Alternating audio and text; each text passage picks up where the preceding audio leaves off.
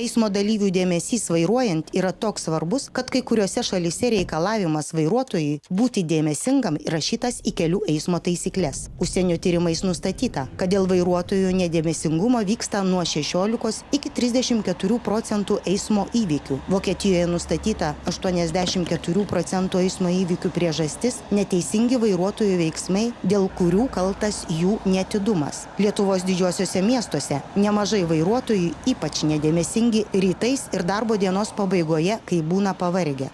Daugelis kramsnoja, kaip sakote, daugelis dažo, kito termosas stovi. Bet tai yra nei savęs gerbimas, nei kitų, nes tu laikai tarpą tarp kitų, visi skuba į darbą, mes visi kompaktiškų būrelių turime važiuoti, o čia tas žmogus atsilieka. Vairuotojas turi laiku pastebėti tuos situacijos pasikeitimus kelyje, kurie tuo metu kelia didžiausią pavojų eismo saugumui. Greitas tokios situacijos įvertinimas ir adekvatus veiksmai užbėgant už akių nepalankiems įvykiams rodo vairuotojo sugebėjimą susitelkti. Būk dėmesingas, neužmiršk, ar tu saugus kelyje.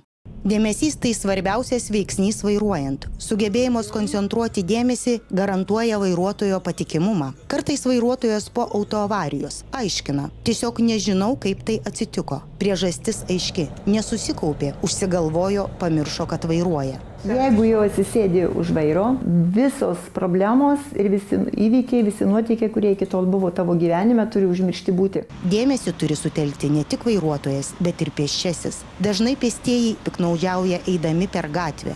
Kartais šnekėdami mobilių telefonų, kartais spausdami žinutes, rinkdami ir išties visiškai nesusimąsto, kad vairuotojai staiga surigos, staiga sustabdyti automobilį, ypač tokiam sąlygom kaip dabar, šansų yra nedaug. Nuolat paklausk savęs, ar tu saugus kelyje?